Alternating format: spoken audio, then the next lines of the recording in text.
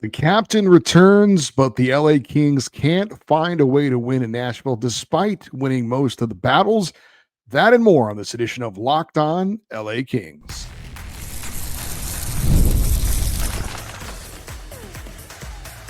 You are Locked On Kings, your daily podcast on the Los Angeles Kings, part of the Locked On Podcast Network, your team every day.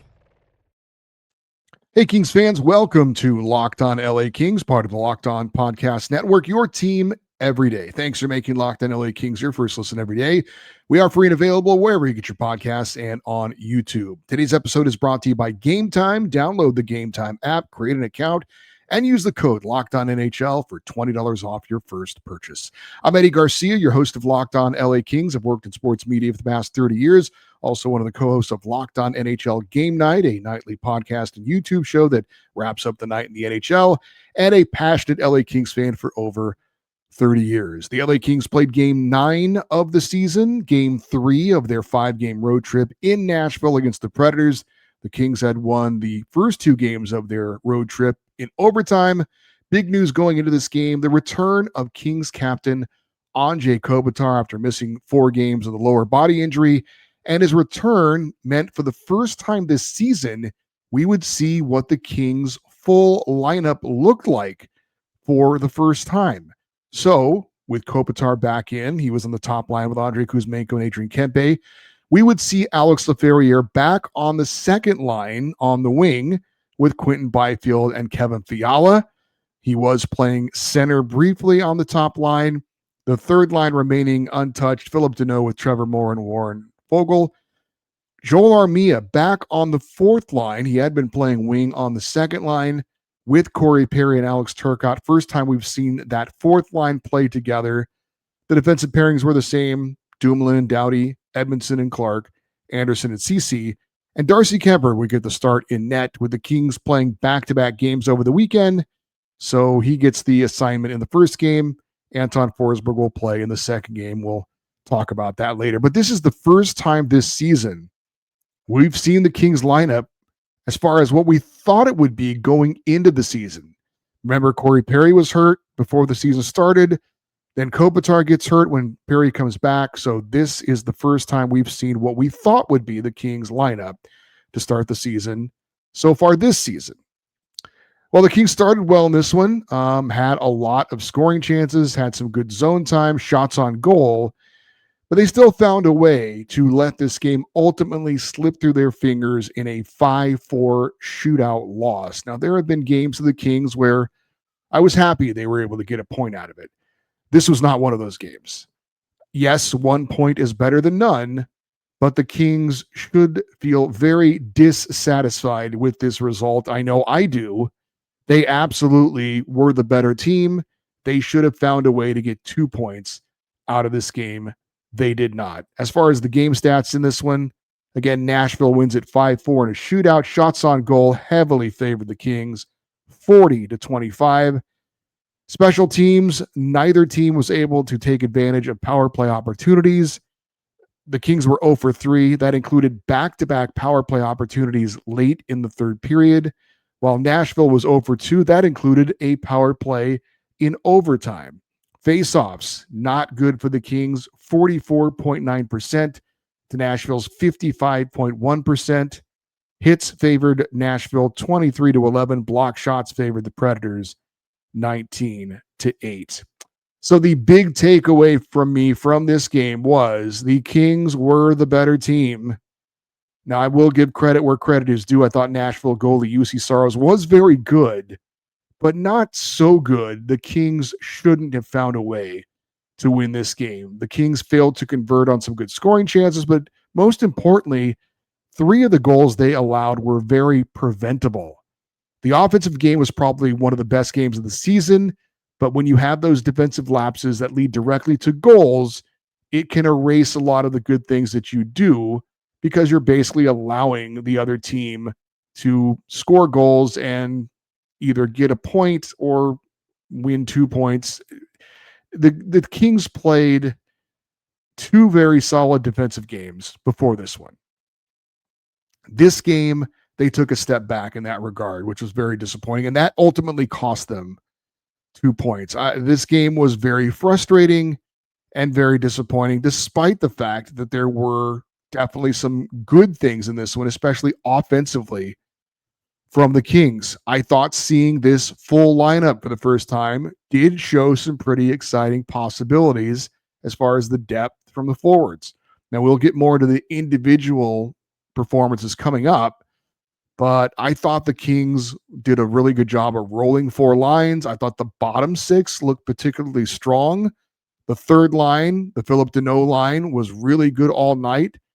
They scored what looked like was going to be the game-winning goal in the third period, and the fourth line accounted for 2 goals and looked very, very strong as well. And while the Kings did have some defensive issues in that second period, especially led directly to a pair of goals, the Kings did get back to who they are in the third period. Now, they locked down the Predators and only allowed them 2 shots on goal in the third period, but unfortunately, one of them goes in the net, and that was the game-tying goal that forced overtime and eventually the shootout. Now, late in the game, Kings were leading 4-3, and I wrote down 2 things in my notes. Number 1, do not take a penalty, and number 2, do not sit on this lead. And thankfully, the Kings did neither.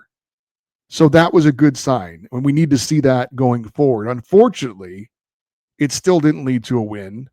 And I guess that's the lesson hopefully they take with them from this game. When you've got the lead in the third period, keep pushing, keep going forward. They did that. It should have resulted in a better result, but it didn't. Face-offs in this game were not good for the Kings, as I mentioned earlier when we looked at the game stats. And that was coming off of a great team performance in the face-off dot against Dallas. But the Kings lost this battle. It was part of the reason why they lost the game. Just, aspects. It's, battles within the war. And the Kings definitely lost that battle. And while it didn't necessarily lead to a game-winning overtime goal, the Kings, as far as the penalty situation, they were shorthanded 4-on-3 in overtime after Trevor Moore took a penalty. Nashville ended up winning 4 of the 5 faceoffs on the power play in overtime. So the faceoffs, again, in key moments were not very good. Thankfully, the Kings were able to overcome that, but they have to be better in those situations. As far as the breakdown of the penalties, because the Kings, we've mentioned, need to be better with, they've been taking too many penalties. The first penalty occurred in the first period. Mikey Anderson was called for high sticking. It was unnecessary and careless. That was a bad penalty by Mikey, but the Kings did kill it off. Kings did not commit a penalty in the second period or the third period. However, in overtime, Trevor Moore was called for holding. I thought it was a bad call. Moore and Jonathan Marchessault are skating down the middle of the ice together, and they're both fighting with each other for position. No one had an advantage. Both of them had a hold of each other, but Moore gets the penalty called on him. In that situation, it reminded me of in football when you see a wide receiver and a defensive back going down the field, and they're both hand fighting with each other, and they call it on the defense because he's the defensive player. Because this was in the Nashville zone, I think is why they called it on Trevor Moore. Had it been in the King zone, maybe they call it on Marchessault. But either way, I really thought it was a play-on situation. But I did think the Kings did a better job of staying out of the penalty box in this game, which is something they need to continue to do going forward. The Kings did have 3 power play chances, including back-to-back power play chances late in the third period. Golden opportunities for the Kings to put the game away. They did not. I still like the way that particularly the first power play unit looks. I like how they move the puck. I like some of the chances they're getting, but ultimately it needs to result in them converting on the power play, or it doesn't really matter. Yeah, you're making the other team work, and that's something, but ultimately the results have to be there. Power play goals need to come. Want to check in on the defensive minutes in this one, and I did think it was a little bit better Drew Doughty led all Kings defensemen in ice time, 23 minutes, 37 seconds. Cody Ceci was second. Actually, he was tied with Mikey Anderson. They both played exactly 21 minutes and 23 seconds. Brian Dumoulin played 20 minutes and 37 seconds. Brant Clark, 17 minutes, 27 seconds. And Joel Edmondson, 15 minutes and 49 seconds. I will say I do like, as far as the top four, the minutes played being a lot closer. But Brant Clark needs to play more minutes. It's going to be a broken record until it happens. And it was in this one. One thing I do want to mention when you talk about the Kings' performance from a team standpoint, I thought it was extremely noticeable that the Kings defensemen were shooting the puck a lot towards the net or on the net. They ended up with 9 shots on goal. I have to think that was a season high. If not, it had to be very close to it. It seemed to me there was a clear strategy and emphasis by the coaching staff, carried out by the players, to shoot the puck from distance, from the points on net. I liked it a lot. I hope we see more of it. Of course, the flip side of that is you need to get more traffic in front of the goaltenders for screens and deflections. But I did really like the shot mentality from our defense in this one, and I hope that is something that continues forward. How did Anze Kopitar look in his return? We'll talk about that as well as the rest of the team next on Locked On LA Kings, your team every day.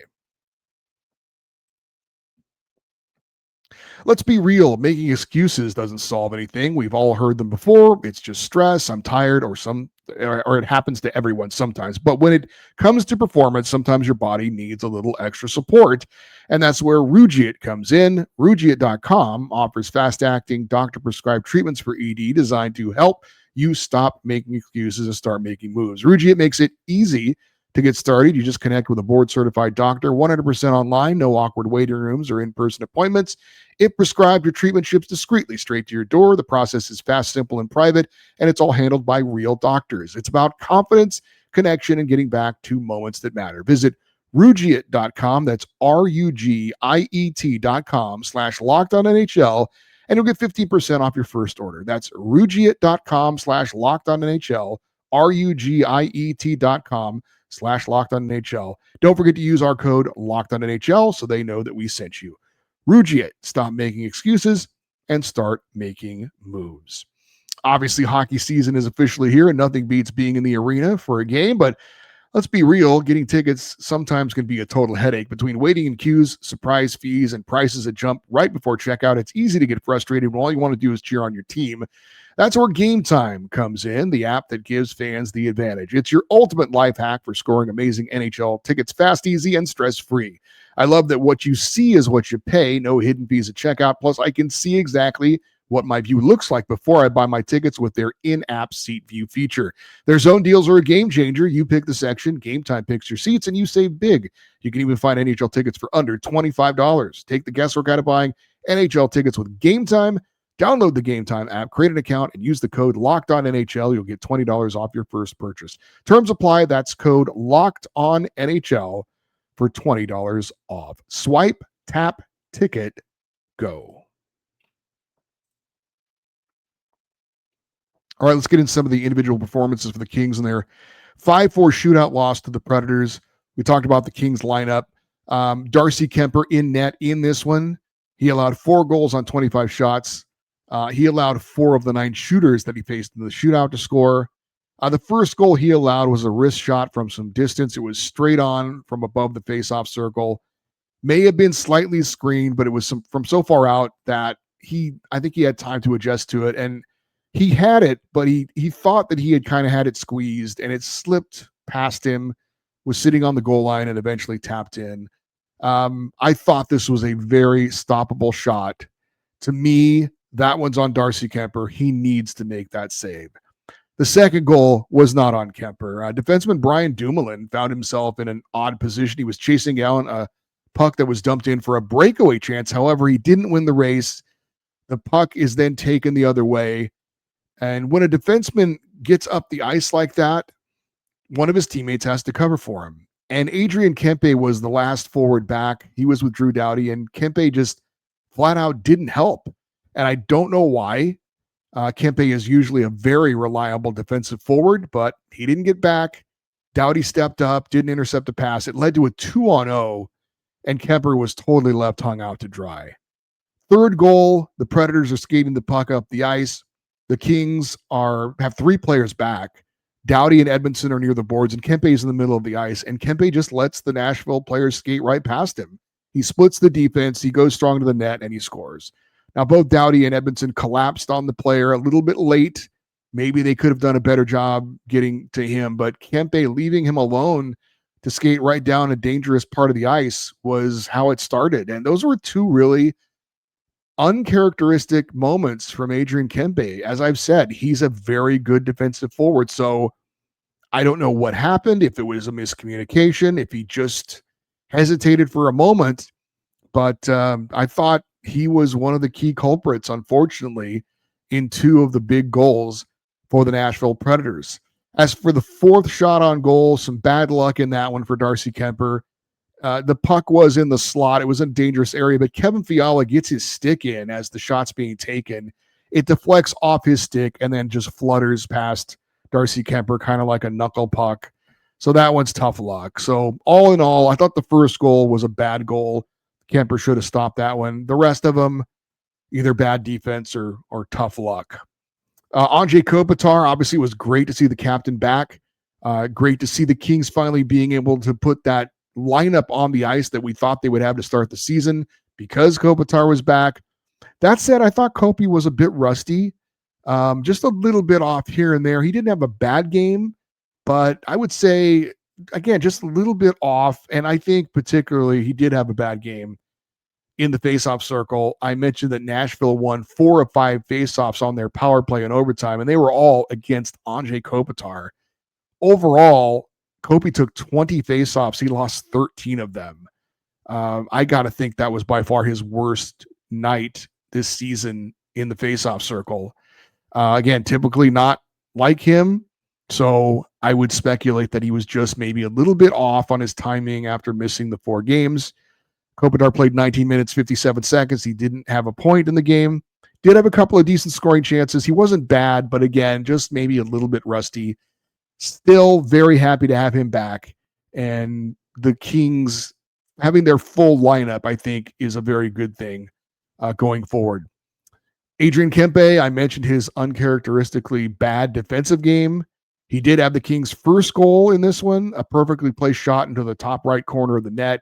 Juice now has goals in 3 straight games, 5 total goals in the season to lead the team, and his 12 points also leads the team. Despite the issues defensively in this game, we will once again say pay that man.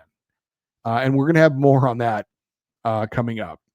Brandt Clark had a strong game, 2 primary assists. He was a +3, had a great setup to Kempe on the first goal for LA. Perfect pass, great decision. He had the shot on goal that resulted in Trevor Moore putting in a rebound that it looked like was going to be the game-winning goal in the 3rd period. So for Kempe, we're saying pay that man. For Brandt Clark, it's play that man. He needs more ice time.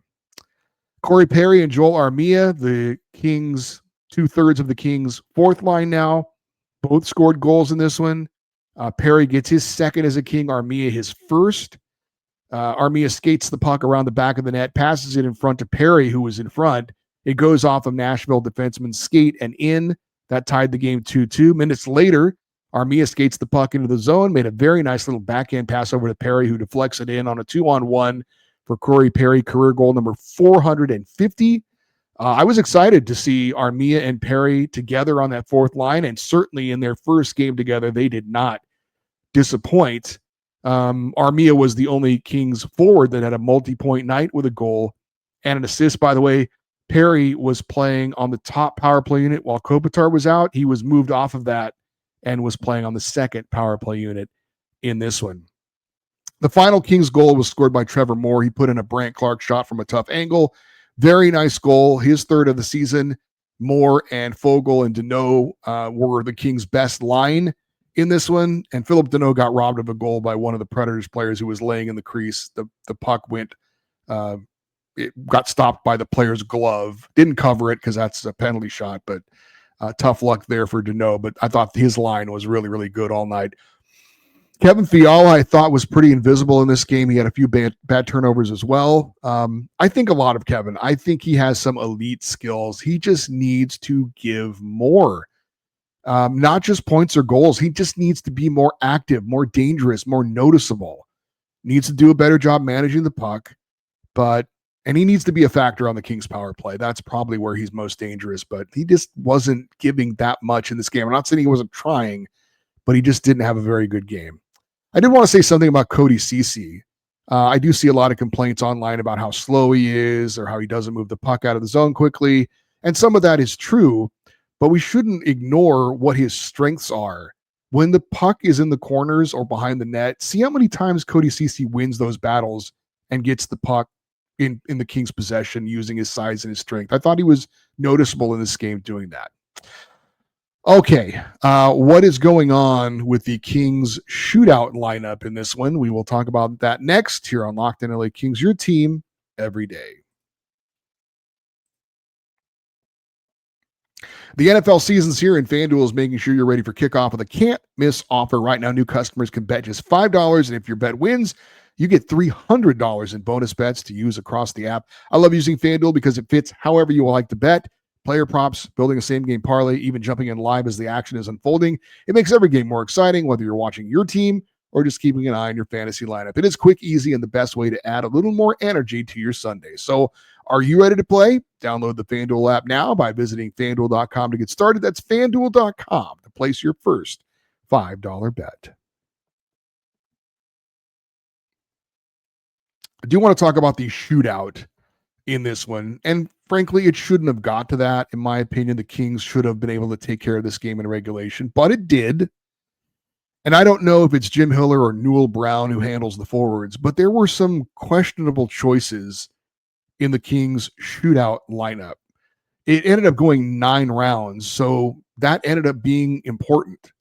Now, the first 3 shooters, each team gets 3 shooters. Kempe, Corey Perry, and Trevor Moore were the Kings' first 3 shooters. Kempe and Moore are perfectly fine, and they both scored.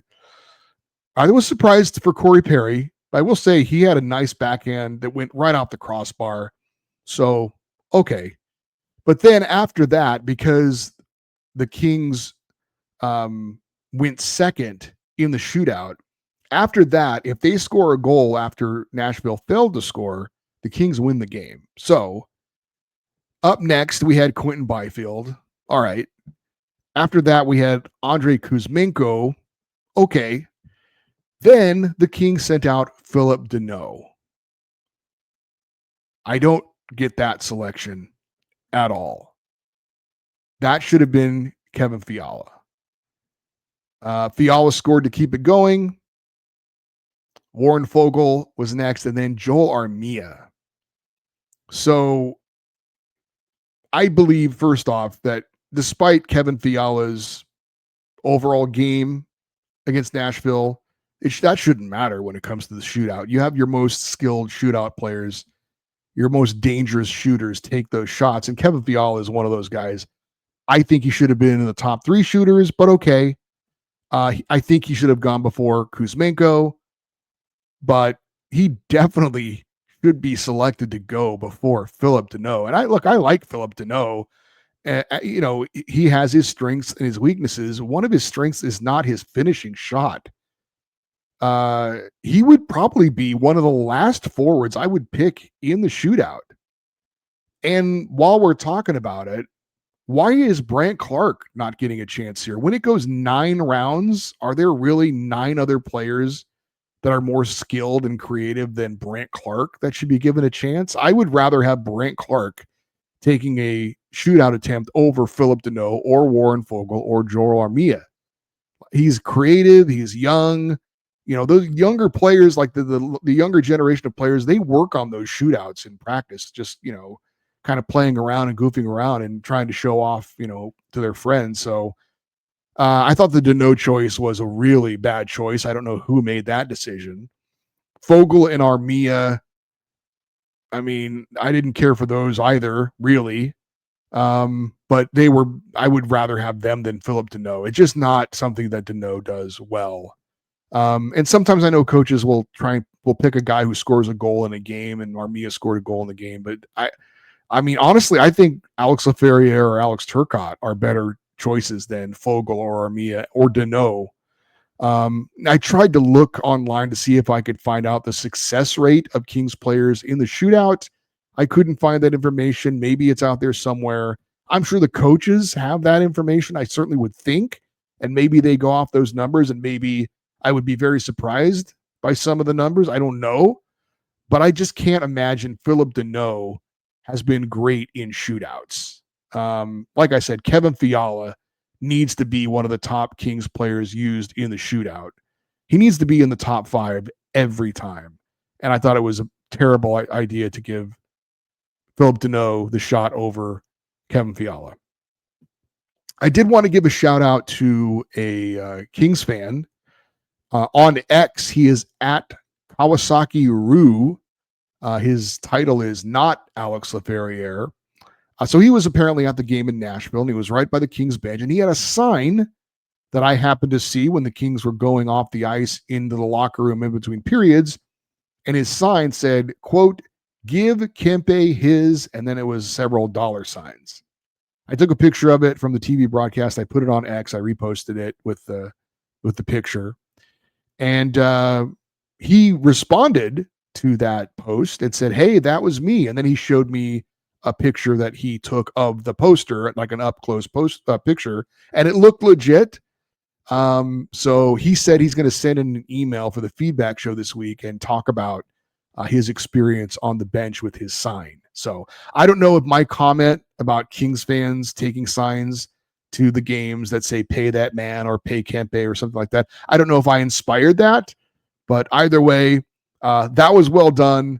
That was good to see. And I am going to give not Alex Laferriere on X our crown of the game and encourage more fans to make those signs about paying Adrian Kempe as well.